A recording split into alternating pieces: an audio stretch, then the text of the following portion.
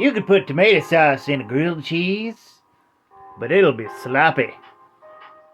It's Comics and Shots, a completely improvised semi-comedic musing by Howard Stern's Mick the Nerd, aka YouTube and TikTok's Mick the Man, aka Mick the Maverick, aka a guy who had a grilled cheese with tomato sauce.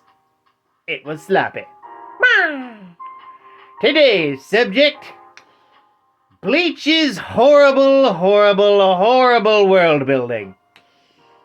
I'm not gonna say Bleach is the worst manga ever. It has some good moments, some good characters, good fight scenes, but its lore building was terrible. That we can agree on. We can all agree on it is bad. It is horrible lore building. Horrible lore building. Oh my god. Oh my god! Like how we're introduced to the Shinigami, known as Soul Reapers in the West. Like, basically, we meet Ichigo. He's a kid. He can see spirits. It's like, hey, don't kick over the vase, you Apanoose. And then he goes home, and his dad kicks the shit out of him, and his little sister's like, I can see ghosts too, but I don't believe in them because I'm a bitch and everybody loves me. And we do. And she also should have gotten a goddamn Zanbakuto. But that's neither here nor there. Then, like, Rukia then soul reaps this one guy that was haunted Ichigo, and Ichigo's like, what? Why'd you do that? What the hell's going on? And she just, like, throws the table at her, and then she magically handcuffs him. Here's where it gets weird. Several chapters later, actually the next chapter, literally the next chapter, she uses a little thingamawhatsit that erases memories. So, why didn't she just use that on this kid? Or, like, use the spell to sleep spellify him. And then fight the Hollow. And oh my god, the entire premise of this manga is based on Rukia just forgetting a very easy goddamn step. None of this made sense. None of this made sense. Ugh. And how they introduce Hollows early on, it made even less sense. Because at first she just says, oh yeah, in this world there's pluses, which are good spirits that are still on the physical plane, and hollows, which are bad and evil.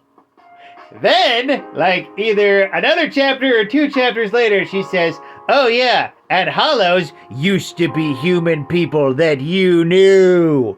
And then it's like, Ichigo's like, oh god, I don't want to do that. But the next chapter is like, oh, but it's okay.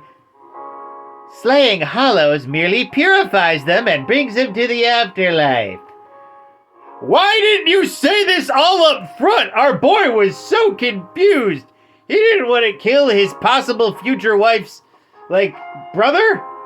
Who we also never see in the Soul Society. That pisses me off more than how loosely the whole lore of this world has been going. We never see Inui Sora again. The fuck? They go to the Soul Society a lot. Why did Orihime never meet her brother? That's weird. That's weird. Follow up. Why did no other living character meet any of their dead relatives in the Soul Society? Or did they reincarnatifies? I would like some clarification on that. That would be interesting. Oh. I'm not going to talk about Fullbringers. It's a weird concept. It's weird. It's stupid. Something to do with the Soul King or something. But, like, the Zanpakutos themselves, they're all made by, like, the sword god guy. I forget his name. Ian something. Whatever. He's been around for, like, 2,000 years, and he makes the Zanpakutos for all the, like, Shinigamis. And he's the only person who can make the Zanpakutos and is connected to the Zanpakutos. And no one's tried to kill him so that they can't make Zanpakutos anymore. Who, what? Oh, yeah. Also, you know who else gets Zanpakutos? Arrancar! Where are they getting their swords? Is he playing both sides of the deck? Both sides of the board?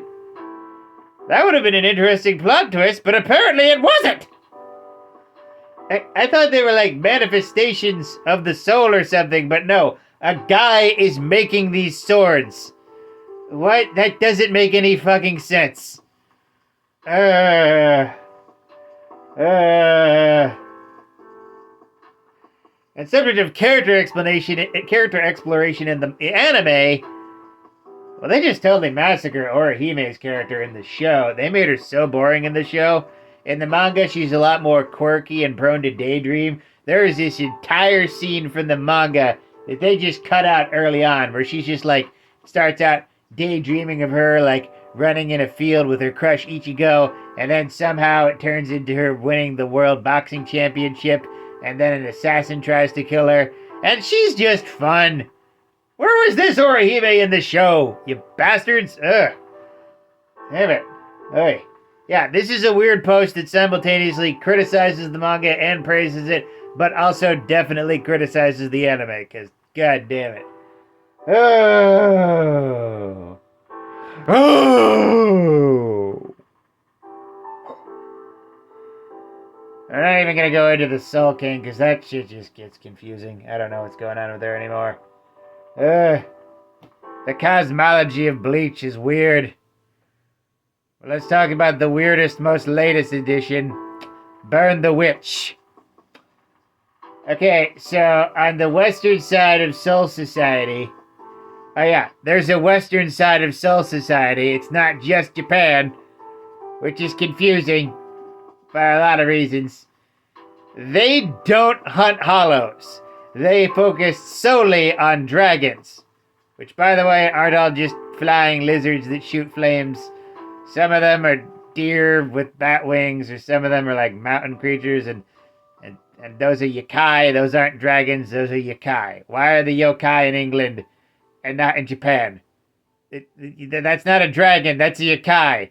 And one of the main characters is a dragon-clad who's bitten by a dragon and gets something, and that's a werewolf. Oh, by the way, there are werewolves in Bleach, but they're people who did stuff in life, and then they go to a land, and the land of the dead, and they become wolves. This is the only race of people who do that, and I don't understand why. Why is this how you're doing werewolves, man? Why is this how you're doing werewolves? None of it works. None of it works. Ugh. None of it works, my sweet baby child. Mm-hmm. Yeah. Quincy, like, they're like just the descendants of God, pretty much. Well, Hewak. I forget. I never pronounced that guy. I mostly read the manga.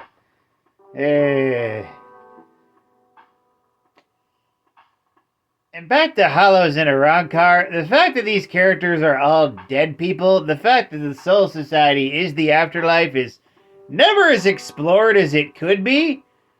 We always see these 100-year-old dead people, but there's never any celebrities. Like, come on, man. Like what about Miyamoto Musashi? That's his name, right? You know, the paddleboat dude, inspiration for Usagi Yojimbo. You know what I'm talking about, baby. You know what I'm talking about, baby. No celebrities. Come on, man. Also, stuff of, like, we talked about, like, I talked about werewolves. Yoruichi can just turn into a cat. She's the only person who can turn into a little cat. What's going on there? Why specifically her? Is that a demon art? It's not described as a demon art. It's just described as a specific power to turn into a little cat.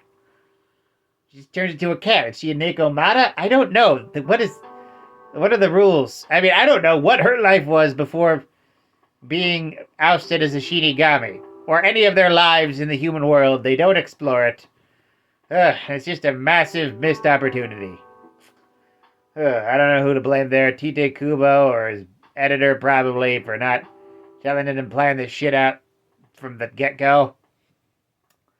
Especially Shinkais and Bankais. Like, you should have had an explanation for why Rukia really couldn't use her Shikai and Bankai in the first episode, because her being distracted isn't good enough an explanation. I'm sorry, it's not.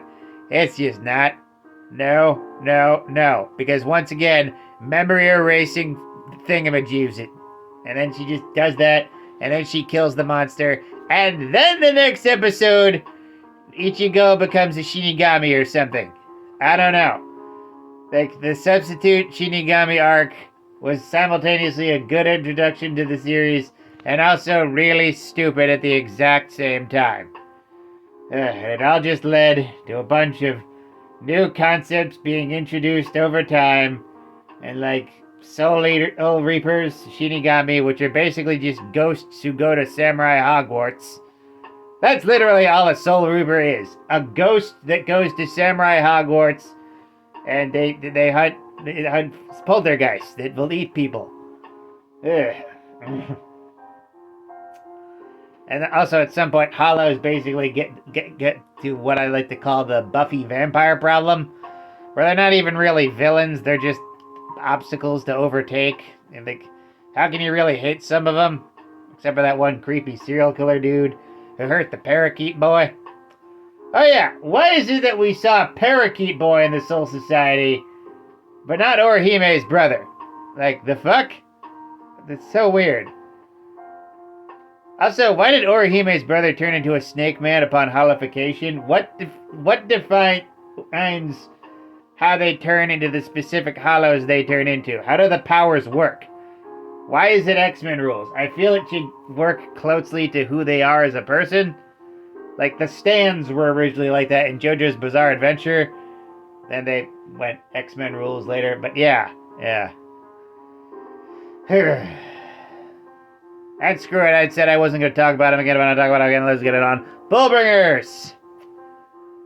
Why is it that their boss, the dude with the cross, Gingo, I think his name was the only one who could turn his into just a regular-ass sword with no special power attached to it, just energy slashes and everything, while everyone else had, like, straight-up Joestar powers.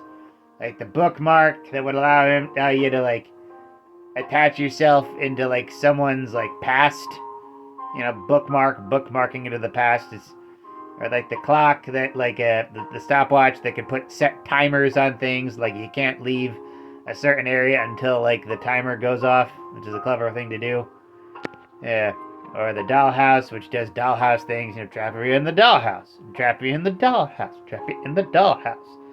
Yeah. Their boss had the most specific one, where it's like he and Chad had the most weirdly broad Fullbringer powers.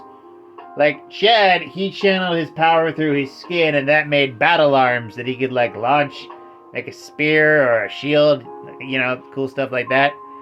And the boss guy with the cross boss, like, he just made a sword. Like, his little cross didn't, like, have powers over the dead or could communicate with the dead. It just made a sword.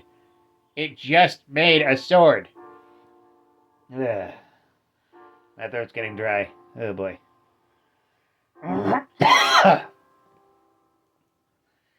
about 14 minutes about how bad Bleach's lore is. Oh, my God. Is there anything else on here? Bad lore. Oh yeah, that one fortune teller who can shoot energy balls.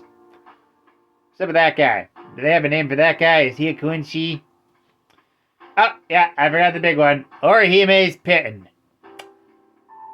Why wasn't she a Fullbringer? They say she's not. I don't understand why she's not. Like, I don't get it, man. I just don't get it, babe. I just don't get it. Actually, yeah, why, the other Fullbringer's powers should have been anthropomorphized like hers were. It's weird. Missed opportunity there. Utterly missed opportunity. And then there's Glasses Guy with the arrows. I don't care about him. And does anyone care about Glasses Guy with the arrows? I forget what his name even was. So boring. So yeah. Bleach, as a whole, it's an okay action series, but in terms of a supernatural world, it was not developed upon properly. Like, I'm sorry, like, I would say, like, overall, I'd rank the series, like, as a B, maybe B minus, but, you know, it's like, I'm just a bigger fan of stuff like Gegege no Kitaro, you know, in terms of supernatural stuff that ties more closely to the lore. stuff that expands upon it, rather than just devolving into battle shonen nonsense. That's just me. That's just me. With that, like, comment, and subscribe. Donate if you're feeling nice. Share it with a bear.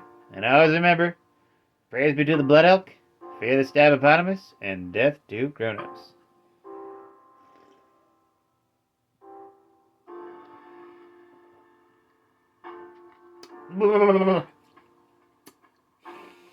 Oh yeah. Seriously, why has no one ever tried to kill the sword guy? You possess him, you can, like, he's connected to all the Zanbakutos. You possess or kill him, and you destroy all the Zanbakutos. Hello, it's all right there. It's all right there. It's all for you, Daniel. Have a night, folks.